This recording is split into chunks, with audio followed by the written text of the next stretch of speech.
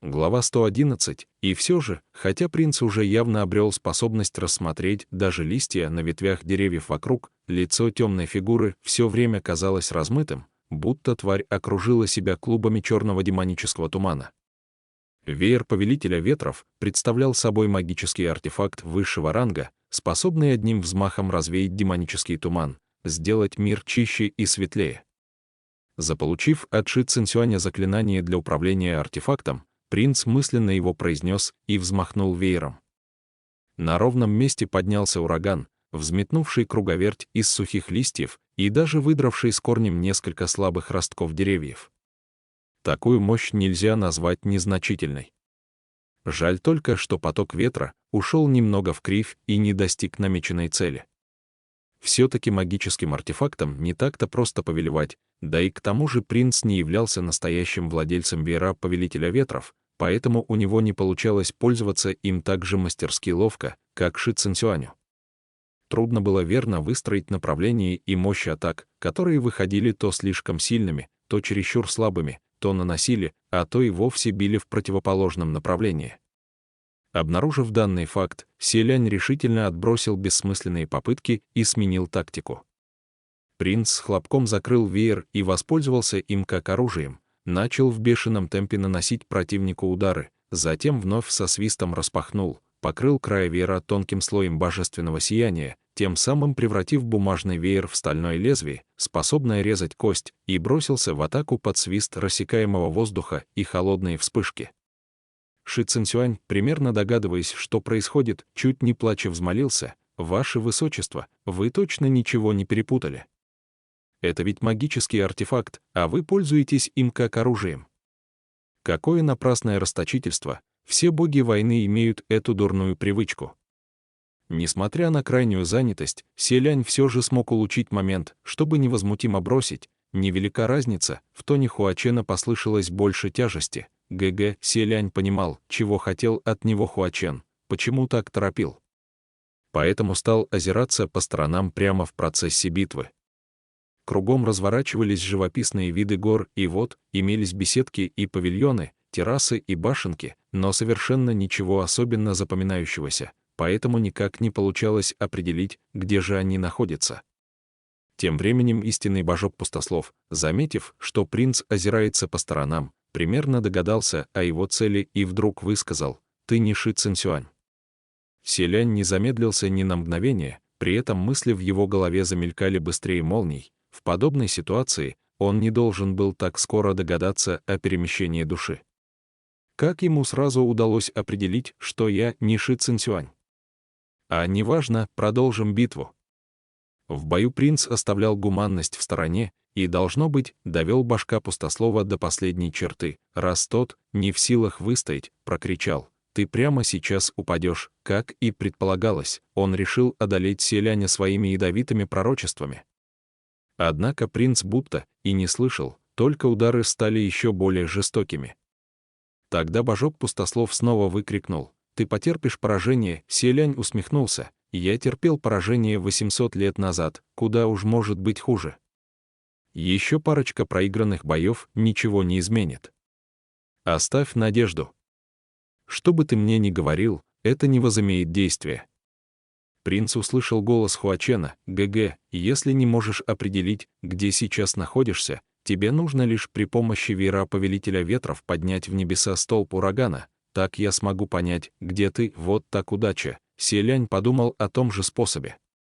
Принц ответил: «Хорошо», и уже вознамерился действовать, как вдруг божок-пустослов зловеще усмехнулся и спросил: «Кто-то сюда собирается?» Селянь отчего-то насторожился, и не зря. Далее послышался шепот твари: «Будь спокоен, кто бы ни явился сюда за тобой, непременно умрет прямо у тебя на глазах». Селянь тут же почувствовал, что посмеяться в ответ не выходит. Его сердце резко сжалось, даже дыхание на короткий миг замерло.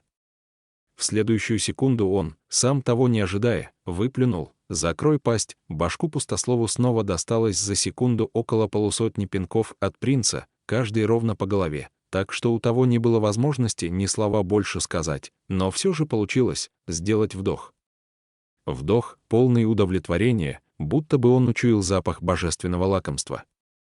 Следом раздался его леденящий душу хохот. Малейшая неосторожность, и Селянь все-таки позволил ему получить от себя то, чего тот добивался. Селянь, впрочем, не стал отчаиваться, просто та фраза в действительности обернулась внезапным ударом прямо в сердце. Принц прекрасно осознавал, невозможно так просто претворить в жизнь сказанное тварью, чтобы Хуачен действительно умер у него на глазах, а точнее говоря, Хуачен ведь давным-давно мертв. И все же Селянь не сдержался от того, чтобы вздрогнуть от страха. С удивлением для себя принц обнаружил, что не способен вынести и обычных слов о чем-то подобном. Остальные в сети духовного общения не могли почувствовать ненормальное состояние принца, но Хуачен, словно был связан с Селянем душой, сразу насторожился. «ГГ». «Он что-то тебе сказал?» — Селянь ответил, полную чепуху. «Нет». Он ничего не говорил. Хуачен мгновенно все понял и забранился, ему конец. «Скажи, где ты, и я прямо сейчас отправлюсь туда». Селянь поспешно возразил: «Нет, тебе пока нельзя сюда приходить».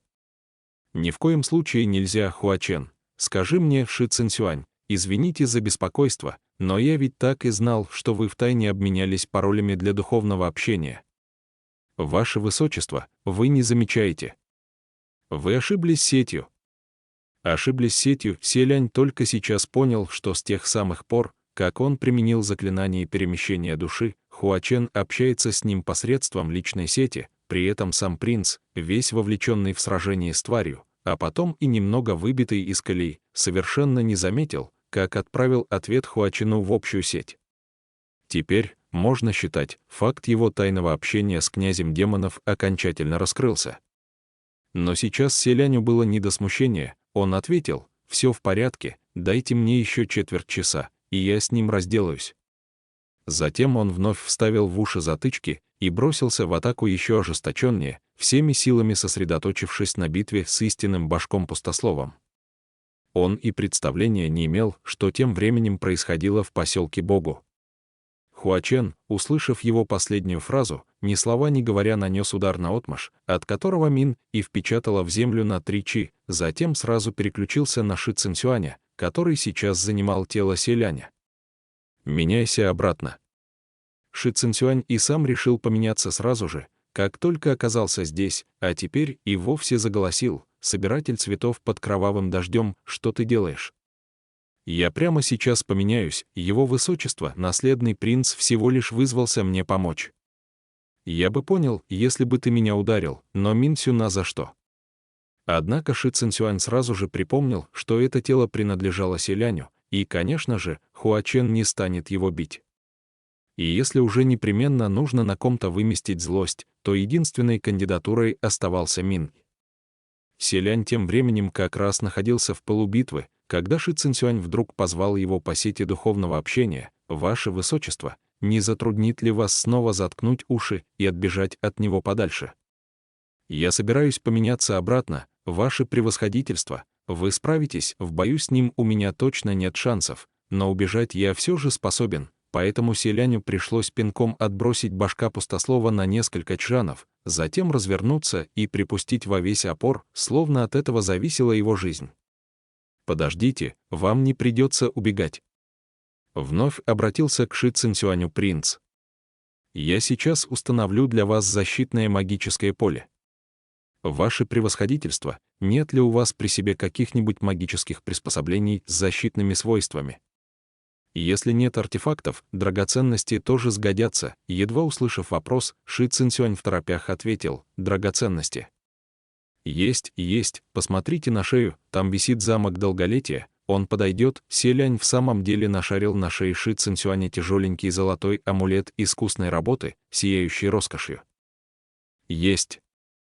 Прекрасно, это редкая драгоценность». Возрадовался принц. Ши Цинсюань отозвался: «Правда. Есть еще, на талии нефритовый пояс, на большом пальце агатовое кольцо, сапоги по бокам инкрустированы жемчугом, дерево, из которого сделана метелка, еще старше вас. А верно, говорят, что волос на ней тоже какой-то редкий и ценный, только не знаю, с какого именно волшебного зверя его выдергивали, на одном дыхании повелитель ветров перечислил еще несколько драгоценностей. В общем говоря, ваше высочество, сами поглядите, можно ли воспользоваться хоть чем-то из того, что я ношу при себе, можно. Все это — редчайшие сокровища, справляясь с потрясением и про себя восклицая: вот что значит божество богатства, вот что значит брат повелителя, вот, принц произнес: можно. Я найду вам здесь подходящее помещение для установки поля, а вы, как окажетесь в своем теле, не вынимайте из ушей затычки и не выглядывайте наружу.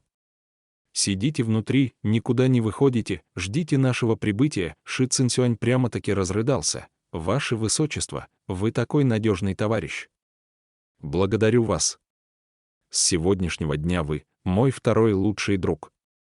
И если впредь мне случится что-то праздновать, мое превосходительство ни за что о вас не забудет. Селянь, не зная, плакать ему или смеяться, вежливым утешительным тоном ответил: спасибо. Отбросив башка пустослова подальше, за разговором принц как раз присмотрел небольшое строение.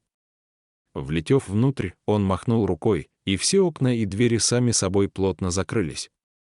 Вначале он повесил на засов золотой замок, затем прокусил палец и изобразил магический символ, следом расположил все драгоценные вещи в нужной последовательности и подкрепил магическое поле кровью.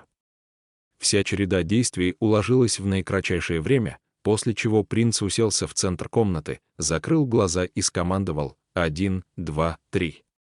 Перемещение души, возвращение, его снова будто бы резко подбросило вверх и опустило вниз. После недолгого круговорота Селянь опять ощутил почву под ногами, но пока еще не мог стоять ровно, поэтому чуть завалился вперед. Однако упасть не успел, его крепко подхватила пара рук. Открыв глаза, принц услышал над головой мрачный голос Хуачена: «ГГ, мне кажется, лучше будет, если я получу от тебя объяснение».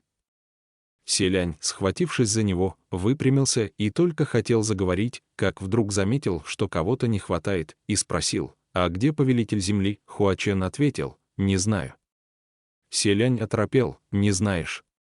Но затем перевел взгляд в сторону, на яму в форме человеческой фигуры, и увидел, что из нее как раз выбирается Минки.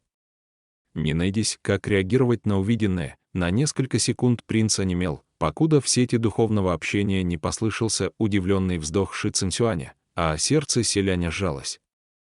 Он явился со всеми драгоценностями, что носил при себе Ши Цинсюань. Принц превратил ту комнатку в настоящую неприступную крепость и весьма рассчитывал на то, что истинному башку-пустослову через такое заграждение не прорваться. Но даже если уровень твари и впрямь настолько высок, Селянь с уверенностью считал, что на это уйдет немало времени. Однако Ши Цинсюань отмел его подозрения: «Нет, нет, нет. Ваше магическое поле поистине впечатляет, непоколебимо как гора Тайшань, дает абсолютное чувство защищенности. Мне думается, сквозь него ни одной твари за 3 дня и 3 ночи не прорваться, но только я удивлен, что оказался именно здесь». Селянь удивился не меньше: «Где?» «Вам знакомо то место?» Ши Цинсюань ответил: «Разумеется, знакомо. Это ведь башня пролитого вина. Место, где я вознесся». Селянь остолбенел и про себя переспросил: «Башня пролитого вина». Кажется, Ши Цинсюань прошелся по комнатке и снова уверенно произнес: «Все верно, я возвращаюсь поглядеть на эти места каждый десяток с чем-то лет, ошибки быть не может». Неудивительно, что божок-пустослов сразу распознал, что перед ним не настоящий Ши Цинсюань. Будь это повелитель ветров, то с первого взгляда понял бы, что его привели к башне пролитого вина, и ему бы не понадобилось озираться по сторонам, чтобы это подтвердить. Мин, и выбравшись из ямы, присел и стал рисовать на земле магическое поле. Завершив его в несколько линий, он вдруг ударил по земле рукой, тем самым разрушая только что созданный им самим рисунок. Взгляд Хуачена похолодел, Селянь тоже изумился: «Ваше превосходительство, что вы делаете?» Мин и поднялся. «Сжатие 1000 ли применять нельзя? Мы должны добираться пешком». Селянь: «Что значит нельзя применять?» Мин: «И только что кто-то разрушил все точки связи сжатия 1000 ли вблизи башни пролитого? Нет, вообще все точки для перемещения в той местности уничтожены».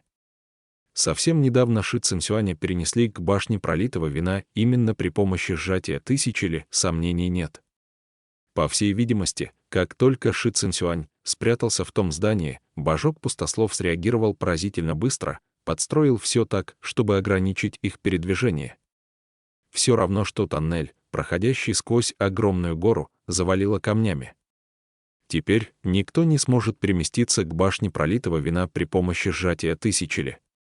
Селянь произнес: «Если отправимся сейчас, сколько времени займет путь?» Мин и уже развернулся и зашагал прочь. 1 час. Селянь обратился к повелителю ветров посредством сети духовного общения. «Ваше превосходительство, мы уже идем к вам, будем в течение часа.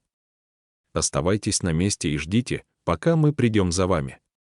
Если что-то постучится в двери, ни в коем случае не открывайте». Ши Цинсюань ответил: «Хорошо, хорошо, хорошо». Ну, разумеется, это мне ясно и без напоминаний, я ведь не трехлетний ребенок, чтобы открывать дверь кому попало. Только вот что. Прошу вас покорнейше, поторопитесь, благо, поселок Богу и башня пролитого вина располагались не в разных концах страны, а на приемлемом расстоянии друг от друга, и теперь они точно успеют на место вовремя. Троица отправилась незамедлительно. По дороге Селянь просто для проверки привел магические силы в движение и обнаружил, что перемещение души в действительности сжигает их в пугающих объемах. От мощного потока, что ему влил Хуачен, теперь осталось чуть меньше половины. Действия принца не укрылись от взора Хуачена. «ГГ, тебе нужно еще?» Селянь торопливо замотал головой. «Не нужно. Я поистине благодарен Сань Лану за щедрость». Хуачен ответил: «Не стоит благодарностей, я же сказал, у меня есть столько, сколько тебе потребуется». Помолчав, он полушутя добавил: «Вот только, ГГ, могу я получить некоторый процент, когда ты будешь возвращать мне магические силы?» Селянь тихо кашлянул и подумал: большой вопрос, сможет ли он вообще хоть что-то вернуть. Разумеется, на словах пришлось бессовестно отвечать «да». Хорошо, оговоренный час истек, но поскольку троица состояла не из простых смертных, и к тому же сама ситуация не терпела промедления, они прибыли на место даже раньше. Оказавшись в башне пролитого вина, Селянь узнал это место и даже неловко вспотел, увидев кругом поваленные деревья и вырванные с корнем травы, последствия его бездумного применения веера повелителя ветров, который не слушался приказов. Мин спросил принца: «Ваше Высочество, в каком именно здании вы установили защитное поле?» «Вы помните?» Селянь, разумеется, помнил и тоже внимательно оглядывался в поисках нужной постройки. Вскоре его взгляд просветлел, он указал рукой вдаль, вон в том небольшом домике. Троица направилась в указанном направлении. Чем ближе они подходили, тем спокойнее становилось на душе, словно вот-вот впереди забрезжит рассвет надежды. Но когда они вывернули из-за угла к входу в здание, зрачки Селяня резко сузились. Дверь домика была открыта. Скрип-скрип, обе створки покачивались на холодном ночном ветру.